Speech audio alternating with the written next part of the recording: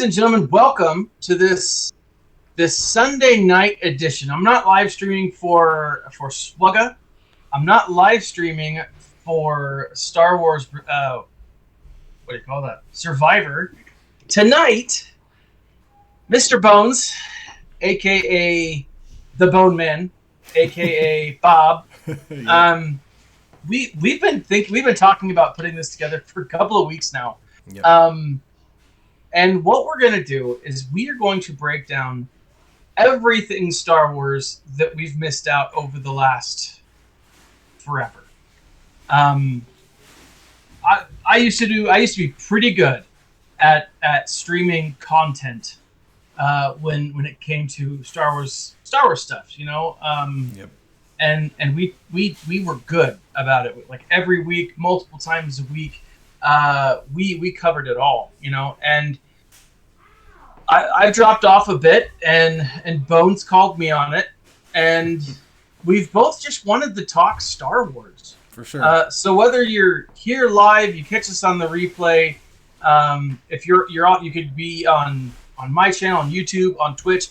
Also, Bones is live streaming, so if for whatever reason we go down here, Bones has got us on his channel as well. Yes, sir. So, like, this is an exciting time because there's so much in my mind that's in the air. But anyways, Bones, how are you?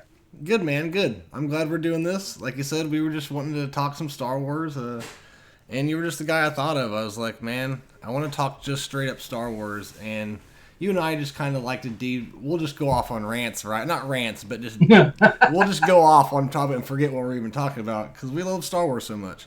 And I just thought it'd be a good time, and I think we're kind of in a benchmark period for Star Wars right now. Absolutely. We're going to get into all that, but so I just thought, what of a better time to talk about Star Wars than now? So, absolutely, I'm right there with you. So the way that we're going to break this down, I'm pulling up our show notes from like 2 weeks ago. Not too much has changed. No. Let's see. Oh no, that's my own channel.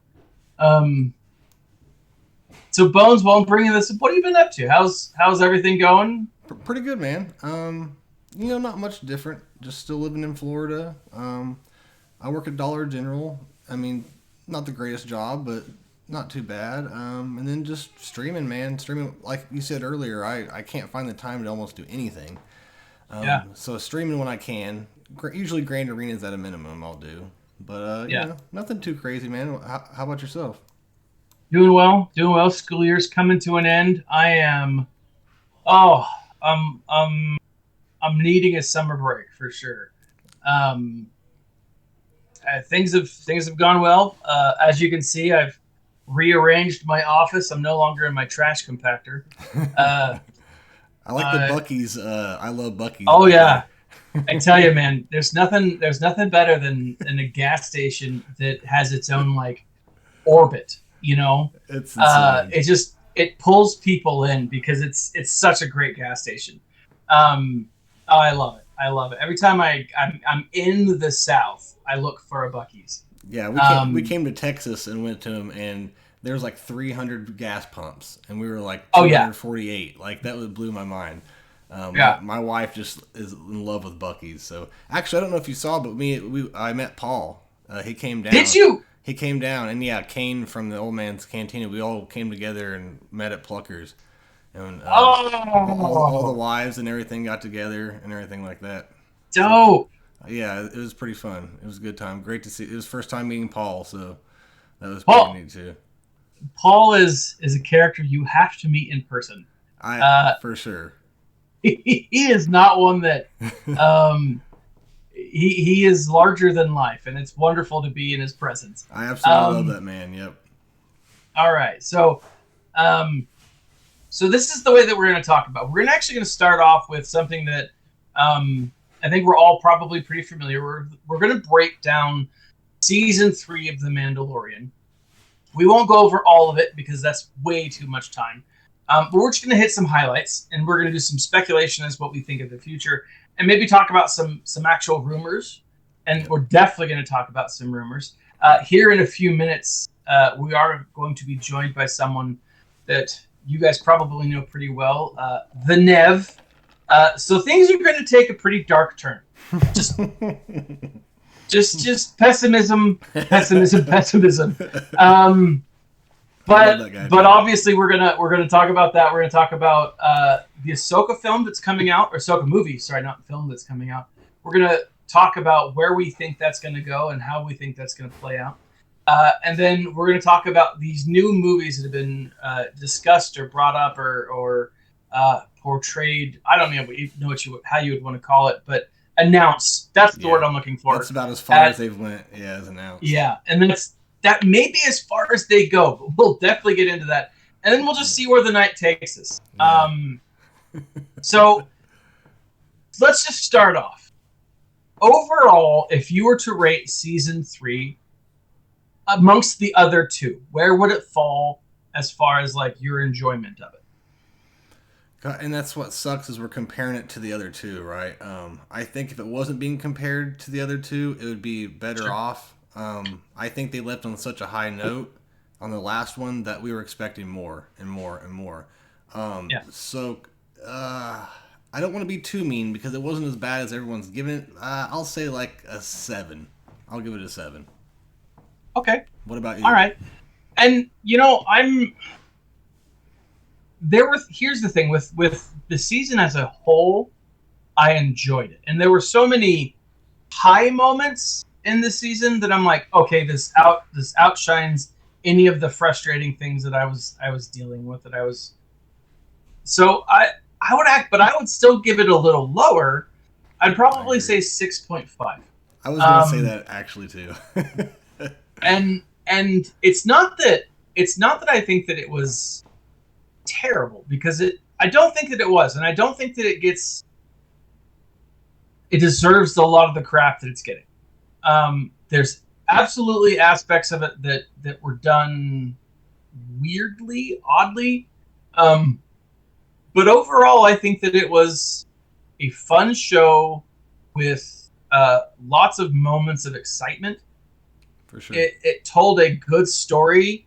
I've gone through and I've watched a lot of the things that people are frustrated about, and I think that it's because of there's moments that were missed. You know, sure. The whole Paz Vizsla's son, getting kind of rebaptized into the order, right?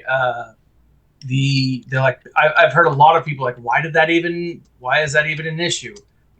How is it that one person can, fly out of an atmosphere of Mandalore on one jetpack, but can't find, a pterodactyl who's, on it? And so like there's little things that I've heard, and I'm like, okay, I can understand that, and I can understand the frustration, but overall, I think that it was the high points were high enough that I don't know, they just brought me joy, Yeah, I like the filler. I like filler episodes because they're kind of lighthearted and stuff. I just think there was too much of that in this season. I think I don't know what I needed out of this, but if you even go back to the Mando episodes of Book of Boba Fett, I still think those 2 episodes were better than anything we saw in season 3. Really? Anything we've seen in season 3? The last episode was pretty decent. I liked the last episodes. I don't know, man, because I got Luke Skywalker for a whole episode. So I just keep getting this Luke. So I hope they give us something like a show down the road with Luke, because I'm just always, because, that's the guy I grew up with. Sure. But, I don't know where I was going with that, but I just think that there's a little too much filler. There was kind of a weird direction, like I didn't know where it was going, right? In my head canon before it came up, I thought it was going to be a season long of them just working on Mandalore, trying to take over Mandalore for whatever reason. Yeah. Like I thought it was just going to be completely on Mandalore, and within 2 or 3 episodes, they had already been to Mandalore. He'd already bathed in the waters. We saw there's a lot happen in every episode. I don't think that's a bad thing necessarily, but it just kind of, the pacing was kind of weird, and I can't put my finger on it, to be honest. It was just kind of weird. It had a weird feeling to it, and like I said, I didn't hate it, but it wasn't something that I was that satisfied with because I was just so excited about it. And maybe that's some of the problem was that I had all this built up in my head, expecting all this, and maybe I just expected something else. Because I like the old serials. You know how like maybe Star Trek Next Generation, every episode was something different. Or a isolated story. It wasn't an overarching story for the most part. Or, you know, Hercules and Xena or X-Files or anything like that. So I like that style. But like I said earlier, comparing it to the other two, that's not how they were being. It was like one long arc over the season, which was going to go into the next season and go into the next season. Kind of like what Marvel did really well in a few years back. Not so much now, but you know what I'm saying. Sure. But. So the rumor is that season 4 will actually be that serial style that you're talking about. Yeah. And so for you, is that something that you'd be okay with? As long as they make it like known, like that's what we're trying to go with in the future, because you know, it just like I said, it was just kind of misleading. It was a different way of approaching it. They built all this up with Grogu and Luke, and I thought there was more to come with that. And there might be. And that's just what we're kind of talking about is where I don't know where we're going in Star Wars right now. Yeah, we're in all kinds of different directions, right? So it's just a confusing and exciting time, but a confusing time at that. So I just don't know where they're going with it, and I think that they didn't know where they're going with it. I think at the end when you see him sitting there with Grogu, that's them kind of resetting the timeline. Gideon's gone, you know, they can they just kind of put everything to rest, right? And maybe they have bigger plans, but they just want to get Mando where everything's done. You don't have to worry about where this person is or where that's at or the Darksaber is or who owns it, which we can get into later. Gosh, yeah. So, but I mean, do you kind of want to? Is there some things you wanted to talk about that happened specifically throughout this? So there's actually a lot. Like, there's a few moments that we see, like the whole concept of the mythosaur. We see Grogu touching the mythosaur at the very end. We see Bo-Katan who's connected to the mythosaur, and it makes me wonder what the connection is going to be there. Now, the one thing that was interesting to me, and I think we're going to get this fleshed out, but we didn't get it fleshed out. I will say that I agree with you wholeheartedly on almost everything you just said, because it felt there were definite things that felt disjointed. Yep. I've got let's see, I've got IMDb up right now, and let me see if let me just switch it real quick. And one of the things that really I know I struggled with, I loved it, but I struggled with it, was the Pershing episode. Oh, okay. This was the main thing I wanted to talk about too. So I'm excited to hear you say this. So I loved the Pershing episode. I didn't love the way, like the disconnectedness of it. It was like Bo-Katan saves Din at the end, and you're like, what's going to happen next? And then, like, nothing happens next. And you're like, oh, okay. I thought that there was going to be more to it. But then you get this whole thing with Pershing, right? It's not even, like, broken up, which is what we've seen in the past with when you see shows with multiple storylines. Yeah. You have one storyline and then leave you on a cliffhanger, then another storyline, and then back to the first. Then you sometimes introduce a third, and then they all connect somehow at the end. We didn't see that here. This was Book of Boba Fett, introduction of Mandalorian style editing. I for sure felt that too. And as much as I loved, and I really did, I actually really loved the Pershing storyline because I love the political aspect of Star Wars. Same. If there was a Star Wars like C-SPAN, I would watch it. Like if it was just like Senate just going about doing their daily, business, and sometimes it's just like, I don't know, like the Senate chamber and some guys in there sweeping, I'd still watch it. But but like I love the political aspect of it, but this was off to Yeah, me. yeah. So what I liked about it, first of all, was just the scenery of Coruscant. I think Mhm. Coruscant's just a cool place to see in Star Wars. So Absolutely. they're walking around the city, and like it's just Hmm. a way of Coruscant we haven't really seen, right? And so Sure. that part, the scenery, the cinematography, I really enjoyed. And Yeah. I'm intrigued by this cloning idea and everything.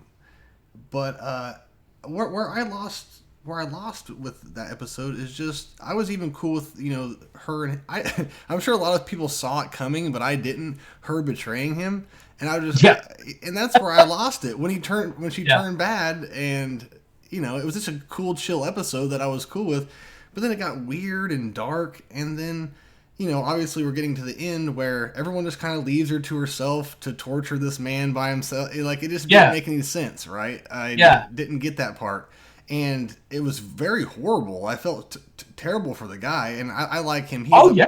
He's also in a show called American Gods, which I really like. So he's a pretty good Oh actor yeah. too. Who is he in American Gods? What? Okay, so the genie, the Jin, Yeah. his boyfriend. Okay. Um, All right. so so then, but okay, so the episode's over. What did that have to Yeah. do with anything before or Nothing. after? So let me tell you. I Nev and someone on Twitter got me to reacquaint myself with Heir of the Empire. And I read it. I started and finished it within. We gave ourselves a week, and then to like talk about it. We never actually talked about it. I didn't reach out to the other person, so that's probably just as much on me as it is anyone else. But um, I read him Heir to the Empire, and then I was like, all right, well, what do I do now? What do I listen to now? What do I finish the book that I was listening that I stopped so I could read Heir to the Empire? Um, and I found an Audible. It's not exclusive, but it's essentially Timothy Zahn and his editor rereading and adding notes to Heir to the Empire, like with Okay, different sections. that's cool. And it's on Audible. It was like one credit, so like I don't know, like $10 or something. Um, but there were a few things that were interesting to me, because Timothy Zahn is in this little section is talking about, um, I don't know, he's talking about different things, and one of the things that he talks about is on Coruscant, that mountaintop, right? Mm-hmm. So the mountaintop that Pershing and the spy or whatever go to, um, it's he mentions it. He mentions Okay, how when he wrote Heir to the Empire, it wasn't that. I mean, Coruscant was mentioned, you right. know. I don't think we even saw Coruscant in the original trilogy, did we? I don't think so. I think that when the special edition came around, that's the first time we ever saw Coruscant canon, in canon because at the end they're celebrating. Yeah, Remember? That's the yeah, only time we ever saw Coruscant. That's the first time we saw it, I think. yeah. And then we go back to the prequel trilogy, and obviously we see it there. Yeah. Um, but it was interesting because Timothy Zahn wrote Heir to the Empire with nothing. Like he wrote it in '93, and there wasn't a whole lot of material out. Yep. The Wizards of the Coast, I think, was the company that had given him material to kind of like use and look at. But he talked about how there would be a city with like the higher ups. I don't know. It was just an interesting So section of the book to read, and him specifically talking about that mountain in this moment, and so so it was so in a something way, that he has formed canon in a way, I guess, because people are taking a lot of influence from these old books too. So, um, which is where I think that um, we'll be seeing him move forward. Right. I think we're going to be seeing a lot of Timothy Zahn influence over the what next would you think couple about of. him writing some scripts for shows and stuff? I think they should get him I involved. He Honestly. is. So that's the thing, and we'll talk about this here in a moment. But he Okay. is. I don't know heavily involved, but he's involved in the Ahsoka project. Good. He's That's met with Dave Filoni. He's met with Jon Favreau, and he's he it's in good hands. Is the concept. and I never He even thought he about that. he essentially came out and said he did an interview. It's only in French, and it was translated. But like he did an interview where he's like, "Look, I really wouldn't trust anyone else to do this, right? To get Thrawn right." But we'll talk about that here in a minute. Here's the important thing, and this is I don't know. I want to keep talking about the Mandalorian, but at the same time, like here's the thing: when it comes to Pershing, the big and important thing that Pershing was doing, it's in that moment when it's what we see here in this thumbnail right here. Pershing is delivering the speech, right? During this speech, he shows a picture of a double helix, and then he talks about taking gene splices from 2 different hosts, right? Mm-hmm. Now, I think that's what we see, or we saw with Grogu. Din Grogu. Mm-hmm. During his cloning phase, right? So Pershing was able to splice stuff from Moff Gideon, because he would have to know that Moff Gideon was cloning clones, mm-hmm. right? He would have had to have known. That's like his thing. Then he would have also had to know what Grogu was important for, because we know that he knew that. Right? That's not just a random thing. Which makes me think that all of Yoda's species, does it have a name? Yoda's species? It does not have a name. The Yoda species is called the Yoda species. I think that he probably knows that every species has force. They're all force sensitive, is what I'm guessing, is why they went for him in particular. Give us your take on the Mandalorian season 3.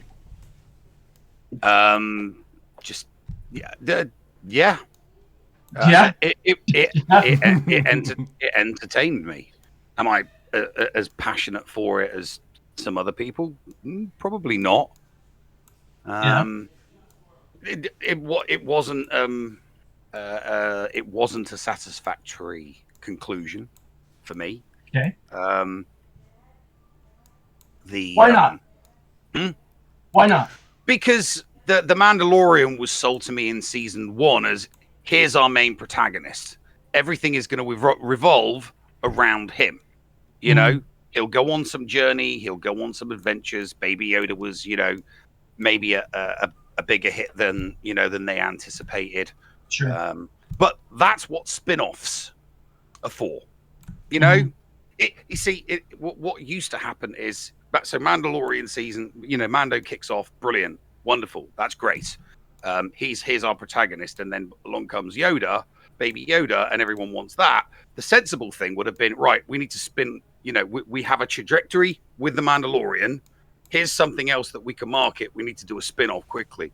Why don't we put Baby Yoda in a TV show of their own where they're, other rescued younglings are being trained to be Jedi. So I'm just talking about the story's irrelevant, but you would spin it off, right? Sure. You wouldn't then veer off or add characters that it's like, oh, well, we'll add this character and then we'll kind of veer off this one and more onto this one. It's like, well, that, no, just give them their own show and you have interactions between the two shows. A perfect example of this working perfectly was Buffy the Vampire Slayer and Angel. Two separate storylines going on, with their own subplots, but still allowing for, you would get crossovers. You would get characters from Angel going on to Buffy the Vampire Slayer and Buffy the Vampire Slayer characters going on to Angel. But it all met, and that's how it worked. Popular character, everybody likes this character. Joss Whedon, what do you do? We need something for this character. Give this character a spin-off. No killing them off. They're getting their own show, and it was hugely successful. And I felt that was what the Mandalorian was sold to me as. Here's the protagonist, and you're going to be following him for 3, 4, 5, 6, 7 seasons. There are many shows, there's a protagonist. You go with the protagonist, and that's how it was sold. And season 2 and season 3 have moved him further and further away from that. I mean, he's effectively been reset, but now he has now he has Grogu with him. So it's like they still, they just did it. They did the marketing wrong. They should have spun it off. But then obviously you interject the Bo-Katan, the Mandalorian stuff. I mean, that I wasn't really surprised. I did hear you talking about the style, how you felt the style of that was, and I feel the same way. That whole Bo-Katan Mandalore thing felt more like the Book of Boba. You know how? So we're watching the Book of Boba, and then all of a sudden it's like it's the Mandalorian, and we're like, hang on a minute, I thought I was watching the Book of Boba. Now I'm watching the Mandalorian, and then it goes back to the Book of Boba, right? And we're like, oh, okay. I think that they've done that with season 3 of Mandalorian. So we've got the Mandalorian, and then all of a sudden we've got the Book of Bo-Katan, and then back to the Mandalorian, and then back to the Book of Bo-Katan, and then we finished on the Mandalorian, because they do that rather that rather disrespectful, Looney Tunes. If you're a kid growing up in the 80s, it was Looney Tunes cartoons that so that's that kind of. And then it would always be a scope thing that would go back in on the Warner Brothers character, and that's all, folks. Things. So when I see that, I'm immediately emotively drawn to Looney Tunes, and I'm like, that was just that kind of wigged me out at the end. Here's the thing. I mean, I've watched a lot of commentators and YouTubers absolutely be brutal with this. And I'm thinking, well, no, just here's the thing, that you can't be that critical if you've invested so much in it. So if it's setting the bar. I went in with low expectations, right? Hey, so now, I went in. Let me pause real quick. Go. Let me pause real quick. My stream's being a little weird over here on. So I'm going to reset it, but we're still broadcasting on phones, so let's keep talking. And for my viewers, just know that I'm rebooting up. Okay. Yeah. So keep going, Nev. It's got it's gone that far with regards to having those types of expectations. And here's the thing, that you are only that critical of something if you have high expectations of something. Sure. And if previous shows that have been, moderate, not bangers, just people that have gone and meh, I wasn't thrilled by it, but yeah, I was still entertained. I'm one of those people in the middle, not loving it, not hating it. Same. So if you've got a high if you set the bar so high, then yeah, you're going to be overly critical. And I think that a lot of these YouTubers preach about the Disney Marvel and the Disney Star Wars and the sub quality of it. And I'm thinking to myself, well, you preach it's subpar, right? And that we should be setting the bar low because they've set the bar low. So you can't complain when the next show they bring out hits the bar that you said that they were going to hit, and then be outraged by it. It's like, you should just be, Well, So I don't get a lot of the overcriticalness of it. It's like, same. You keep, they say you should expect this. So I did. I watched season 3, and my expectation, I set low expectations. Those expectations were met. And that's why I'm saying I was entertained and I didn't hate it. Okay. I I completely had to suspend disbelief and just think, watch it. And that's why I don't hate it. So he go ahead, Bob. No, you're good to go, man. I was going to ask. So one of the things that Bob and I both said is that we're okay with it going back to this whole serialized villain of the week type thing, if we know that's where it's going. Are you of the same mind? Oh, I'm for season 4. I'm ambivalent. I don't care either way. Okay. All right. The thing for me is it's uh, I'm giving the Ahsoka show. That is the only thing that's probably gonna. I'm giving it a chance to cure my apathy for Star Wars at the moment because That's a heavy bar to lay at Ahsoka's feet. Yeah. It's the same for me, though. Exactly. Same You see, for me. for me, there is a Star Wars. There's a swathe of Star Wars that I'm passionate about, and then there's a swathe of Star Wars that I'm meh about. Yeah. That's just the way it is. I love Star Wars. Sure. But I have passionate feelings for some and not passionate feelings for others. So that's just the way that's just the way that is. And for those of you who've never watched Nev, never spoken to Nev, don't know Nev, Nev loves Thrawn. Timothy Zahn is akin to a god to Nev, maybe without the sacrilege. I don't know. Maybe he is an exquisitely created character. Right, he's one of those characters. He doesn't need to say or do much. He's a very very. He's an imposing figure, and the writing from Timothy Zahn on this character on that character is just here's the thing. I'm worried because one of my other favorite characters, literary characters, is Jack Ryan. From the author Tom Clancy. I love his written character, but outside of Harrison Ford's portrayal, I just can't watch him. Don't get me wrong, Alec Baldwin's was all right. There was nothing wrong with it. No, it was good for Red October. But so I've put Thrawn up on this pedestal. So the problem the problem I have is that I'm setting ridiculously high expectations. I know I shouldn't, but it's not possible for me to have anything other than high standards for a Thrawn series. Paul Ford to read a graphic novel of a different era of Thrawn, and it fluidly came. So I'm worried about it. But that's why I'm saying Ahsoka. You and I discussed this years ago. Yeah. The relevance of Ahsoka. When they first released that they were doing the Ahsoka show, I think it was like 4 years ago now, maybe something like that. It was Celebration.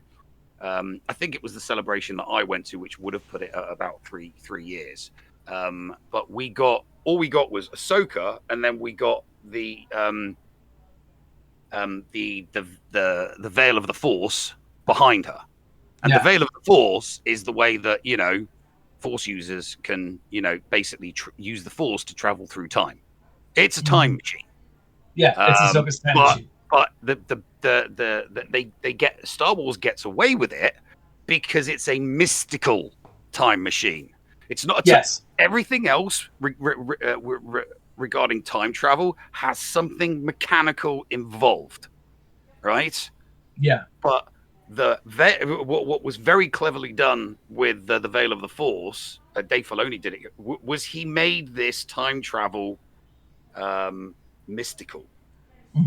That instantly got me thinking, well, she was saved by Ezra through the Veil of the Force. She was a dead character in the timeline.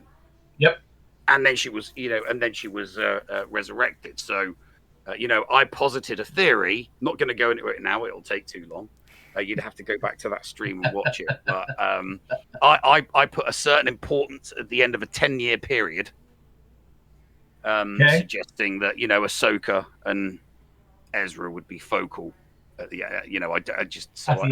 to watch. I need to see it to see where they're going to take it, and then am I going to like I said, I'm very apathetic for Star Wars at the moment, so I don't feel impassioned to particularly It is watch a or consume that hard content. thing to be passionate about. I'll be honest. I will be really honest. Like I've struggled with it over the last couple of years. There's things that have come out that I've been, man, this is awesome. This is just totally floating my boat. And then as soon as I turn off the TV, or it's just I've got nothing. Like it just goes away because yeah, The problem that Star Wars has is trilogy is a secondary world that makes no sense to people that are already in the secondary. Said this secondary world that you follow, we ain't going to be writing for it anymore. So, yeah. And they threw it out.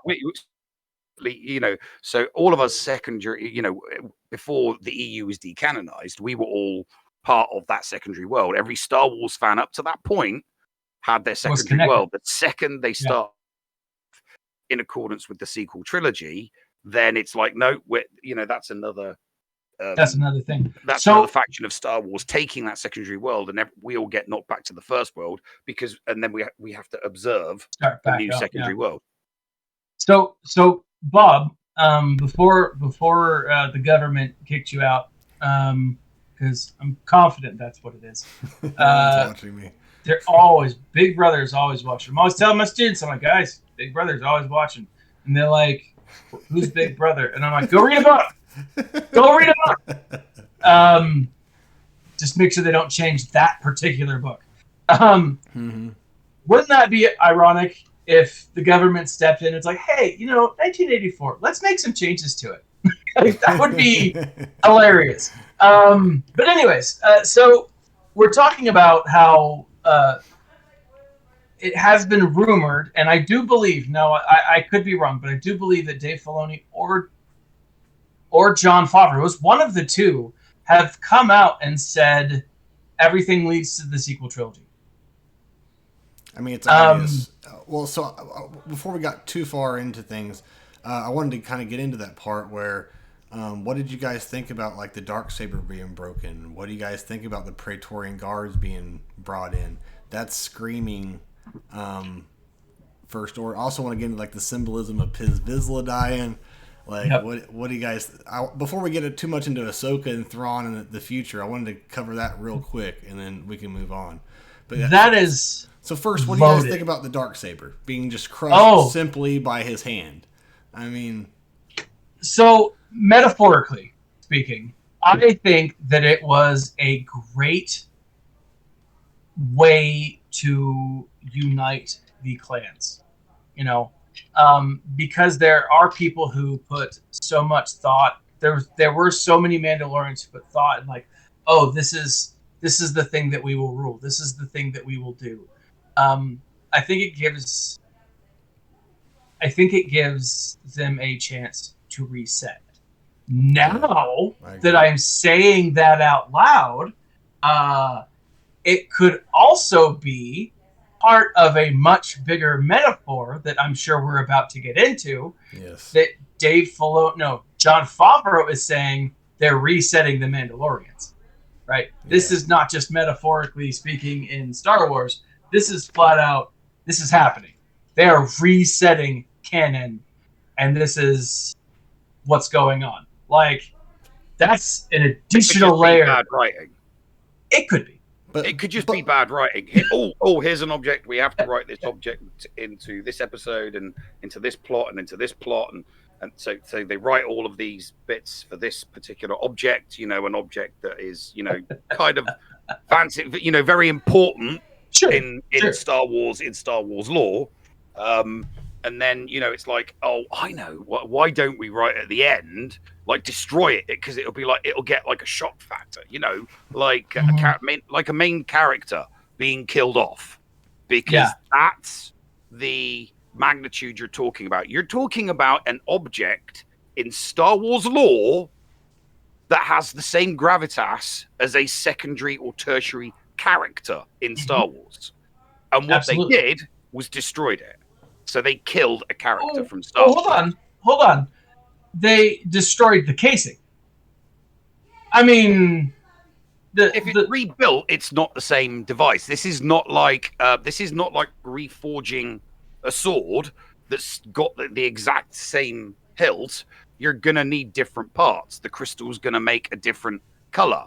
You've got a very precise, a very specific kyber crystal. True. I could see They them could write it reforging back it in. though. Yeah, They I could see write that. it back in. Yeah. Kind of like the Lord of the Rings Here's the wing. sword thing. Here's the thing. Here's the thing. When like you said that there was a moment at the end where Yoda it faded from Yoda to the Mythical. mythosaur, right? And the mythosaur's eye opened. Mhm. I could totally see them repairing the parts of the dark saber to be a small lightsaber for I don't know, say a Jedi Mandalorian. I'm down. Mhm.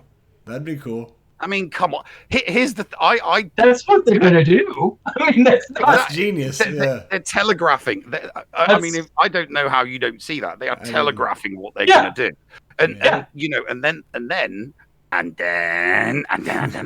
then what they're going to Yep. do is they're going to put Rey 15 years on from the end of the trilogy, and they're going to shove Yoda in there, who's now matured 100? to Yeah. 100. You know, He's a teenager at this point. He's just sassy and smart alecky, and he won't get off his device. yeah. He's gonna be the Jedi equivalent of Groot. Yeah, he's sending lewd hologram pictures to people across the galaxy. And he's going to be sent to Rey, to be taught some. You're probably on the right track, to be honest. Because if you think about it, they're genius because they have 900 years of lore of one character that they could go on forever till our grandchildren's grandchildren can follow this character. So that's actually a genius, and I think you're actually spot on about that. But I want to go back to talking about Piz Vizsla dying. So if you follow the rumors, supposedly there's a civil war between Jon Favreau and Kathleen Kennedy, right? It's been going on since Last Jedi. We've been hearing about it. We've been following it. Mm-hmm. Most of us are probably sick of it. I'm sadistic. I keep watching the same thing, right, over and over again. So if supposedly, when I saw this scene with Piz Vizsla, and if you know who this guy is, it's Jon Favreau. It's his voice. Does he play him actually in the armor? Do you know? Yeah, no, I don't think he's in the army. He's just the voice. He's just the voice. But we know him. We know that Jon Favreau pretty much plays him. So this character comes in, dies at the hand of a Last Jedi character. They pop up and literally just kill him. And I said that, I go, this seems like symbolism of him saying, hey, if you're like the fan I am, that I don't like the sequel trilogy, I want him gone. I think that's symbolism to say, hey, I did my best, I fought as hard as I can, but in the end they won. And I really, as soon as I saw that, I was like, this is him telling us that. And then I start seeing, I text my dad that. He's like, you know what, you're right. 2 days later, Doomcock puts out a video saying the same exact thing. So do you guys think that's what's going on, or we're just looking too far into it? I hope not, obviously, because Jon Favreau is like the second coming of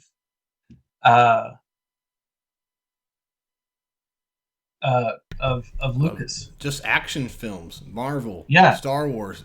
Mind you, WB wants him. WB is trying to get him from Disney, and he supposedly, if the sources and leaks are true, he's not happy with Disney in any way, and he just loves Star Wars so much, like us here, that he wants to do right by it and by the fans. And but I think he's fighting an uphill battle that he may not be able to win. But I think it. Go ahead.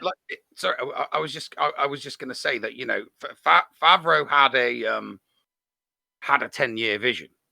Favreau had a 10-year vision, just like he had a 10-year vision with Marvel, with the MCU, where starting with Iron Man, and the problem with Star Wars is he got to start it, and it's like they've instantly started meddling from the get go. But they were meddling by season 2. Yep. There was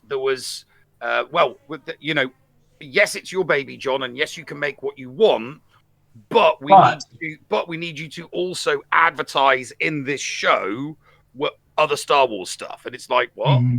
And it's like, well, we're going to take Star Wars in this direction, but in order for it to go in this direction, we need some in-house Star Wars adverts for the creations, and moving things. So, John, he's had to contest. He's had to contest with that.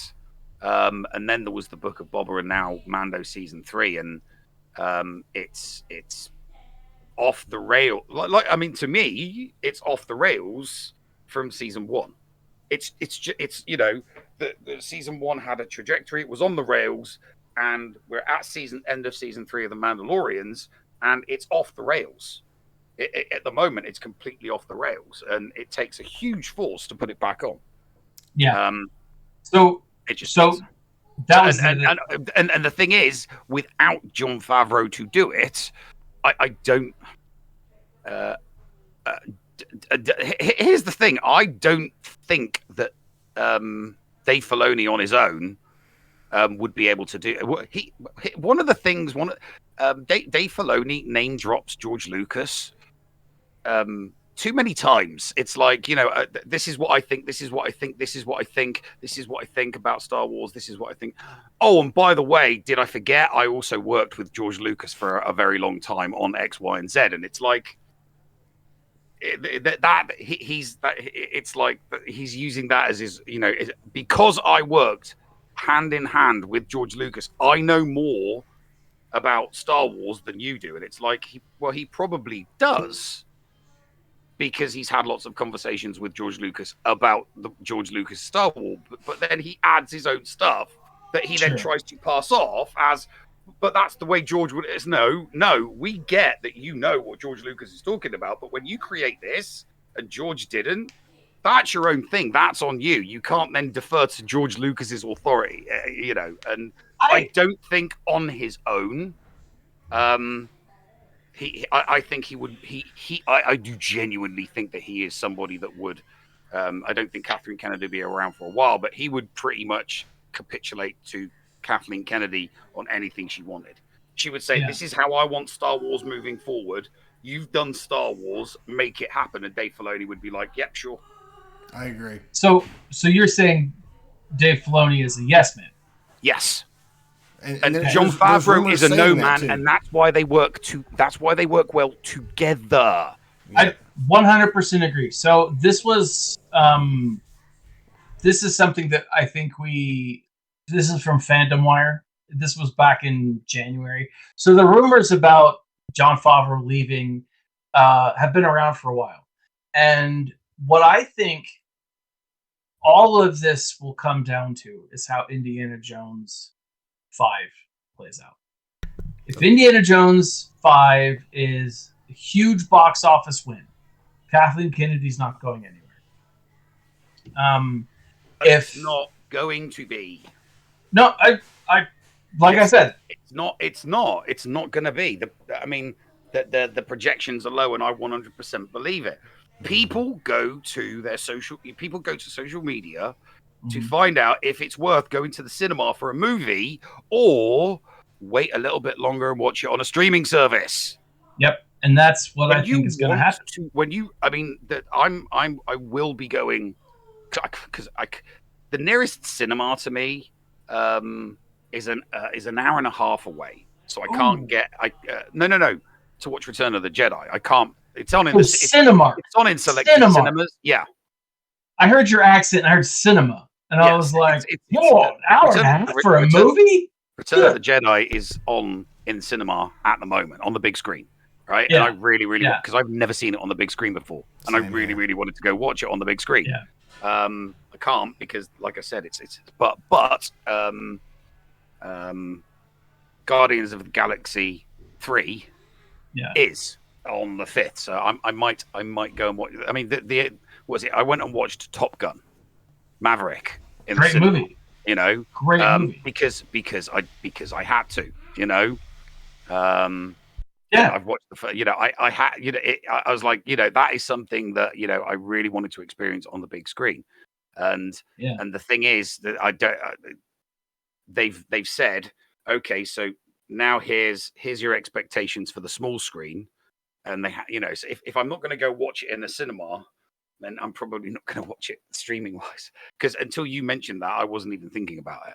No, and like that's the thing is it's like Kathleen Kennedy has I love the idea of having stuff streaming, but that's not where the big money is because they're relying on subscriptions. The big money comes from box office. Yeah. Right? And they need movies. Now, the rumor, and I think it's all been confirmed. No one's come out and said it, but it's been a rumor that's been confirmed through a number of different sources.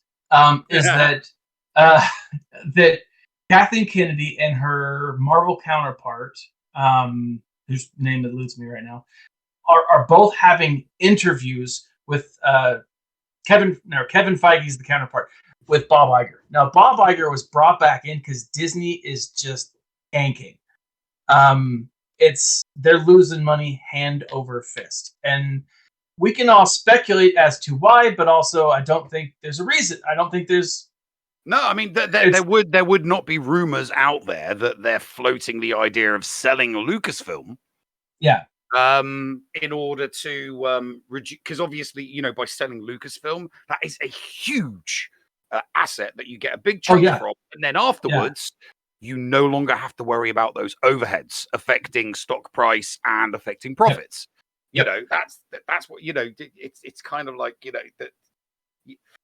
You're Ash in the Evil Dead. Your hand has gone evil, and you need to cut it off and replace it with a chainsaw in order to make yourself better. A little bit of pain for total awesomeness afterwards. Or like the guy from Idle Hands. Same concept, right? Mm-hmm. Has to cut off the hand to stop from killing people. So Alex Lamson, I'm using a Blue Yeti microphone. It's an older one, I think. But here's the thing: like Jon Favreau, the Mando was his baby. What else was his baby? The Book of Boba Fett. Right? That was a project given to him. But then Kathleen Kennedy stepped in and was like, well, we're also going to do these things. Right? And so that's why it's been so disjointed. Insert other Disney product here. Yep. Now, here's the thing. A lot of the Star Wars that people have been frustrated with, a lot of the aspects of Star Wars that people have been frustrated with, just like with the Pershing episode, it's all over the place. Storyline wise, you're just like, here's a chunk, and then you're like, why? Why did Grogu have to get back with Mando? And the Book of Boba Fett, that's not even his show. Tamora Morrison is like flipping out, like, and I say flipping out. He's upset. He's like, Boba Fett should be quieter. Boba Fett should be a little more badass.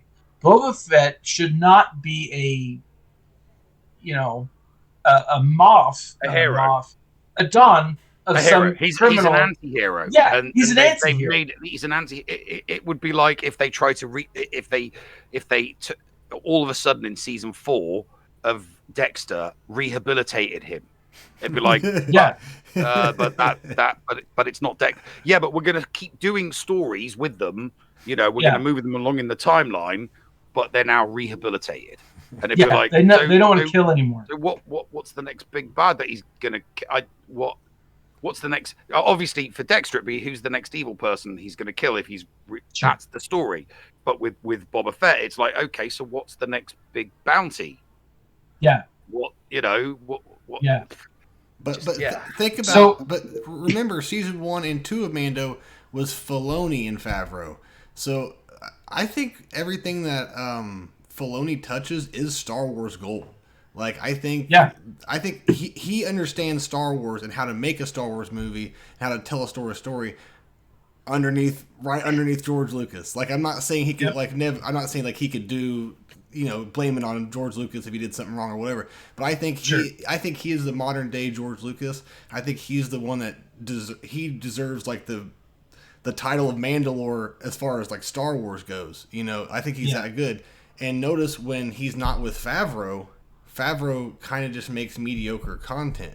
And I've noticed like when they show behind the scenes and stuff, you'll see like Favreau say, "What about this? What about this?" And Filoni will be like, "Well, maybe not this, but we could do that somewhere else." You know, and Filoni kind of keeps Favreau in check. So I'm not saying anything bad about Favreau, but I think I think they keep each other. I think they keep it. They're two completely different characters that keep each other in check. Like Russo brothers. I think that the best Star Wars content is when they're working together. Yep. You know, it's like the sum of their parts are greater if they're together. So if you've got Filoni doing stuff and Favreau doing separate stuff, it's like, wouldn't it be better to collaborate? Yeah. You know, so the sum of their parts becomes greater, and that's the way. And so if those two split off, I don't think we're going to get. Well, I mean, like I said, I mean, I have low expectations. This is why I'm excited about Ahsoka for many other reasons, but because it's pretty much solely his project, Filoni's, and you know, supposedly there's no Kennedy involvement, and you can always just tell. You can always tell when there's something weird in the Star Wars show. You can always say, "I bet you that was Kathleen Kennedy," and then you'll hear rumors later on that was Kathleen Kennedy. You can just tell when it's one of her moves. You know, you can just tell when she's been involved. When it doesn't make sense, hey, you know, when it doesn't make sense, that's Kathleen Kennedy. I promise. It's like, hey, let's bring in a scooter gang. Exactly. I mean, did you like that video I did? No, what video? Bad. Oh, I made a video. I put the music. I put the music from the Back to the Future. You know the oh my gosh! Yes, you know the music. Work. Yes, the skateboard scene. Skateboard scene from Back to the Future. Yes, I blended it perfectly to the So it hits those crescendos just as something actually is happening in the bike. I'm telling you, dude, you're right. Like that's exactly how it feels. It's ridiculous. I felt so strongly about that I made a video about it. That's how passionately I felt about that scene being. Just not what it's not what it was, you know, and it didn't come across as, you know, as intended, you know, because and here's the thing, I didn't like those characters, a bit like the Martez sisters. They're characters that have been interjected, and it's like, did you screen test these characters and get an audience feedback on the likability of these characters? Because I don't think they did. I think that it's like, no, we are putting these characters in. We're not going to test them. We like them, as the creators. We like them, and we're putting them in. We're not going to screen test. But I think they're starting to. They're starting to with Indiana 5. They've done nothing but that, and they've done nothing but go back and change things many times. So I think they're starting to do that because I guess they just don't know what they're doing, and they think that they do, and so that's. So I think they're going to start doing that, and hopefully things get better. But who knows? Yeah. Hey, maybe that is what they were going for in the Book of Boba. Maybe they were going for, oh, you know, wouldn't it be cool to have like a chase scene, you know, like, you know, but instead of, you know, instead of bad guys chasing a good guy, we'll have good guys chasing a bad guy, you know, so like the reverse speed. You know, you know, so it's just like that, but obviously we'll do our music instead. So I'm gonna show you guys something. I was watching a video just the other day. I don't know if you've seen this video. It's a smaller YouTube channel. It's what is this? Jar Jar Jargon. And he predicts that they are completely remaking Heir to the Empire, and they're using. I'm totally transitioning.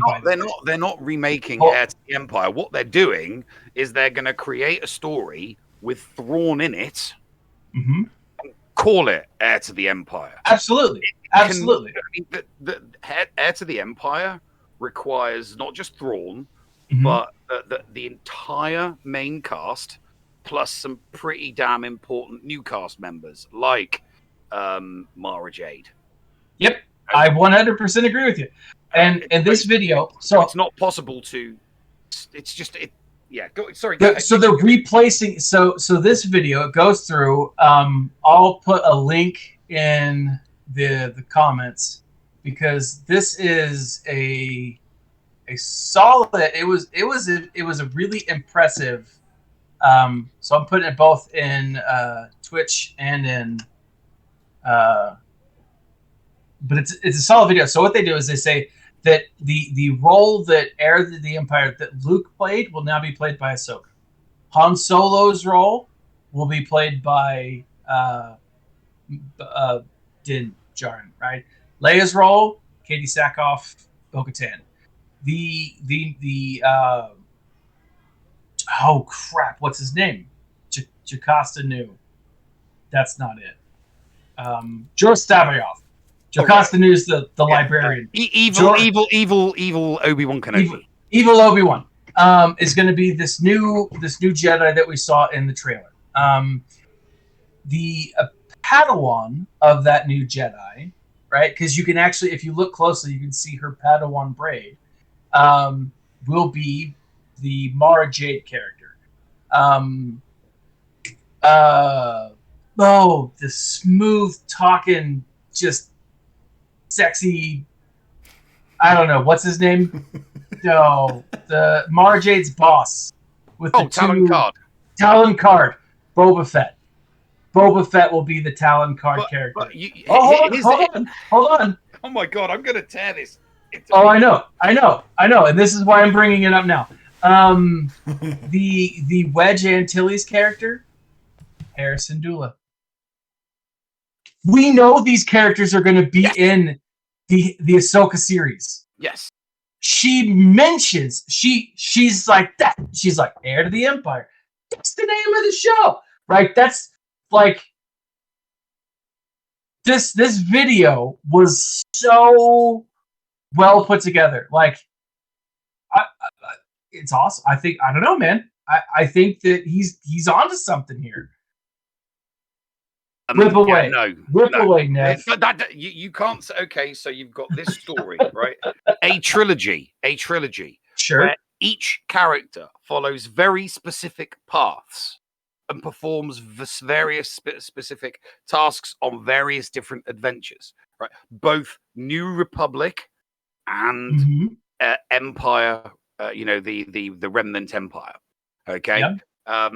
Now, the story only works because you're forgetting about a huge number of secondary and tertiary characters that are in the story as a result of previous EU books.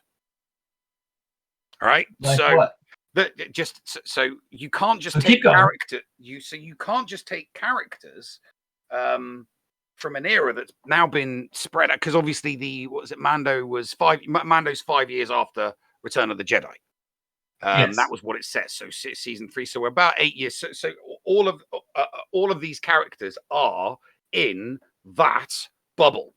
So I can understand where he's coming from. What he's doing is he is taking a bunch of characters from the specific timeline it would require in order for Heir to the Empire for the entire trilogy, Last Command, the whole, the full shebang. Sure. It would require people from that timeline. And I agree with you that but then assigning those, why is Ezra not Luke and Ahsoka not Leia? That would work just as much, Why not Harrison Dula as the Harrison Ford? Because, like you said, kick-ass pilot. Let's not forget. Please, we've got General Syndulla, correct? Yes. Yeah. Let's not forget Han Solo's rank at the time of Return of the Jedi. He was a general. Okay, so he was a general, a military general. So you could have. He was a retired military general. Yeah, but he's still, But Luke's still here, though. Luke's still in canon. Luke's still in Disney. Exactly, so and you Luke can't is- count him out either. Bones So- just makes a brilliant point. Luke Yeah. is still in canon. He is here. Luke still is in and canon. so is Han. You could But recast the Han. rumor is, and this is, so I don't think that the video that I'm showing you, the videos on the screen, goes into this. The author of the video goes through, and he makes a pretty compelling argument. I feel like it's solid. But here's the thing. The rumor is they're not going to use Luke anymore. Luke will not have his own show. Luke will be a side character, at best, a side character, in other shows. He might appear. Now, so that's a rumor and whatever. But here's something that actually makes me nervous for this. Disney's struggling with Lucasfilm financially. They're frustrated with it because they're not bringing in the money that they think they should. And No, they're not. they've had limits. Yeah. You know, the chairman. It was rumored that he had a meeting with various different factions. Marvel, has had not Lucasfilm. Marvel has had a budget put on them.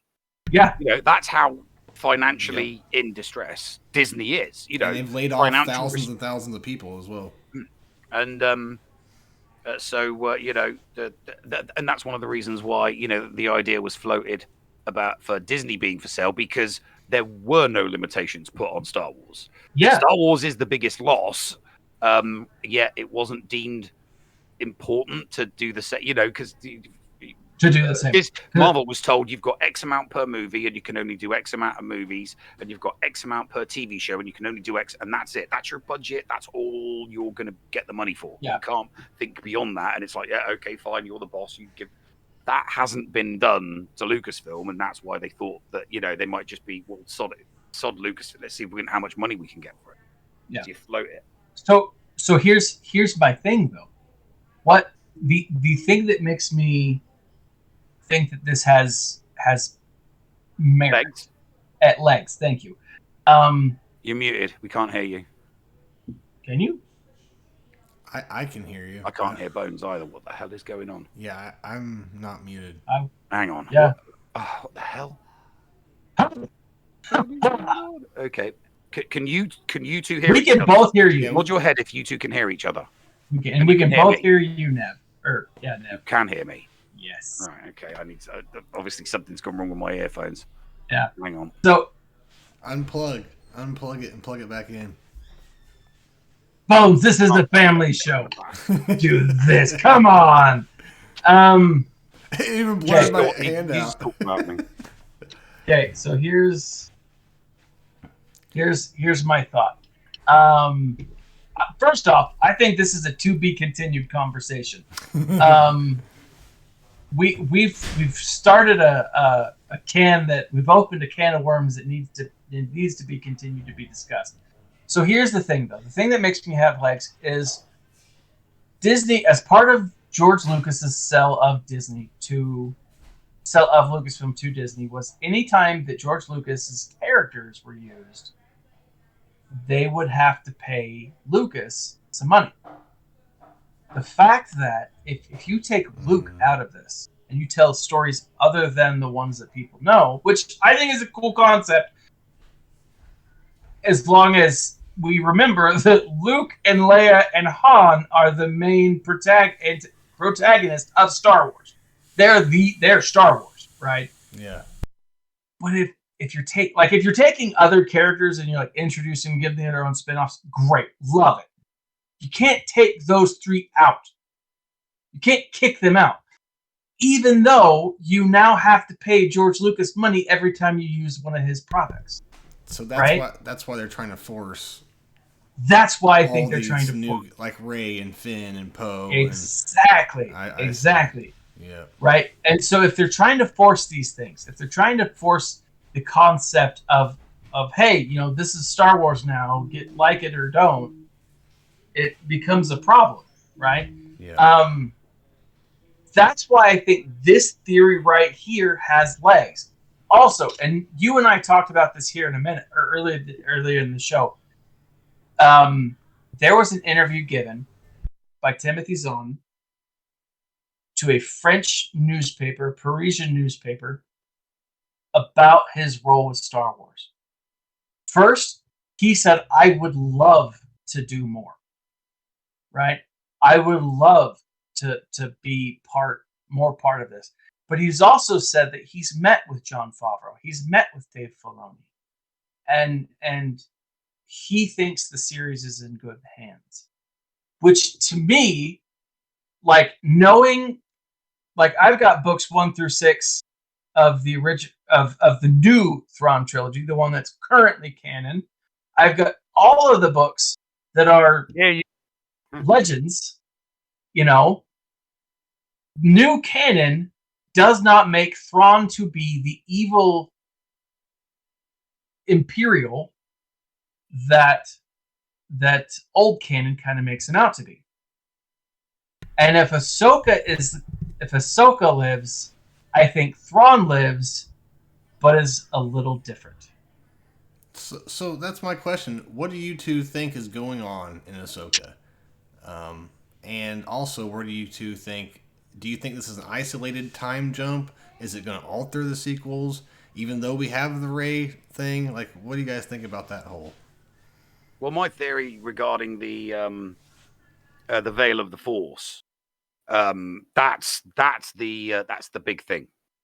That's the big thing at the end. And my theory is that my theory a few years ago, when I thought that maybe the Favreauverse could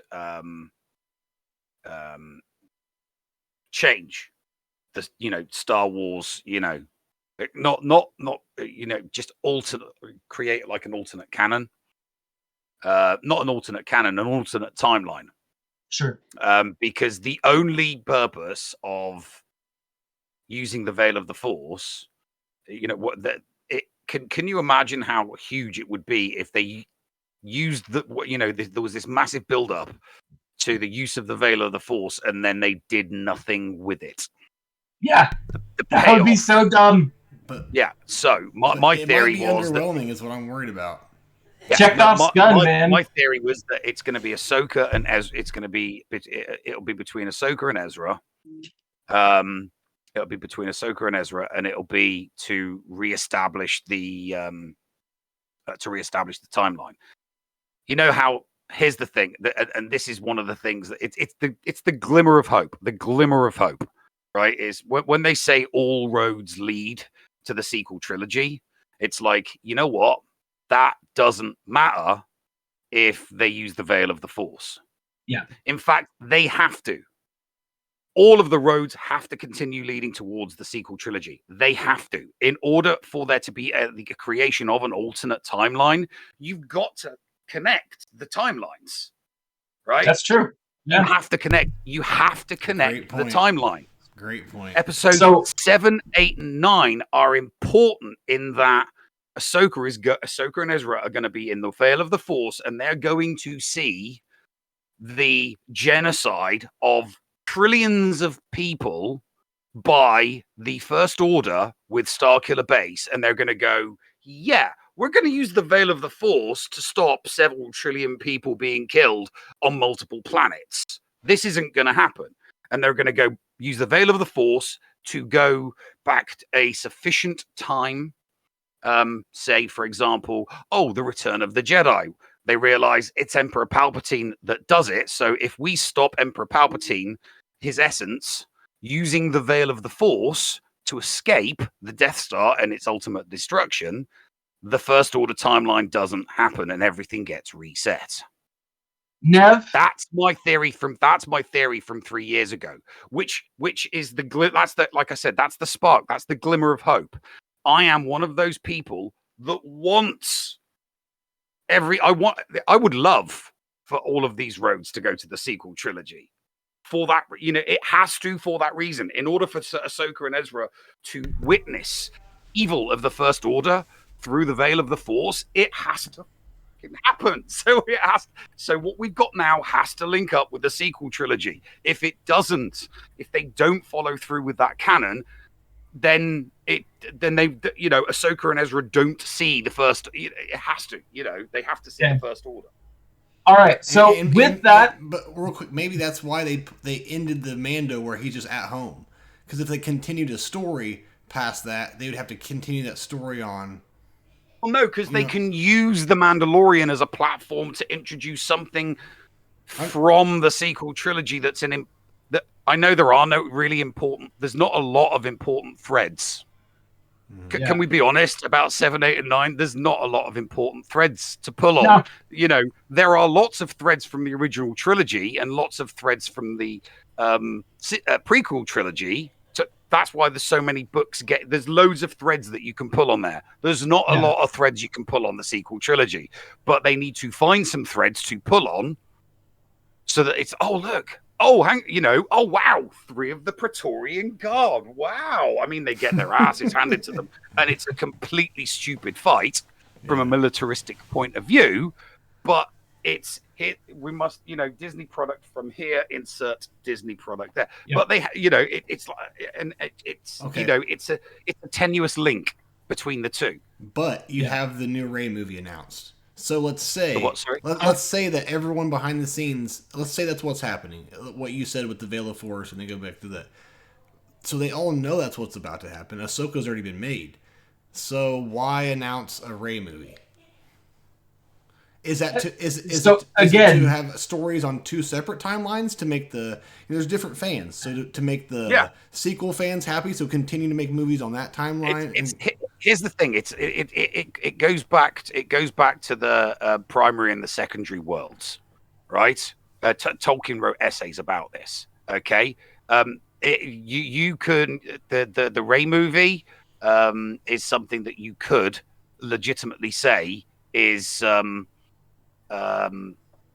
part of the other there's 2 secondary worlds going on at the moment. The secondary world that Disney made, and then the secondary world that the extended universe made. Those are 2 secondary worlds. Right. You can have both of those universes moving on because you're servicing all your fans. Yeah. Do they think we're too I don't have any. I would not have any issues with that whatsoever. None. I'd probably go and watch it because I'd be curious to know what's happening in the other secondary world. I would like more. I would like them more. I agree. Yeah. If my secondary world keeps getting fed, and their secondary world keeps getting fed, then all Star Wars fandom is happy. Yeah. All Star Wars fandom is happy. Yeah, I think that's the best thing they could ever do, for sure. So, guys, I have to wrap it up there. I'm hitting it close to 2 hours. I think this is a conversation that we need to continue, though. Yeah, for sure. We should have it with we should have it with more people, and then we can make it last even longer. Oh, dude, my wife would murder me. Let's do it again, though. Let's get together and let's do it. Through my headphones, I can hear my wife yelling at my kids. So I have to go. Same here. I have to go. Thank you guys for joining us. We will let you guys know when we are coming back. I think next week we could probably continue this conversation, pick up where we left off. I'm down for sure. So thank you for joining us. Like, subscribe, share. Nev, Bones, guys, this was awesome. This was I needed this for sure. I have to go get yelled at. So y'all have a good rest of your Sunday, good rest of your weekend. And for those of you who are catching us on the replay or live, we will let you know when this is happening next.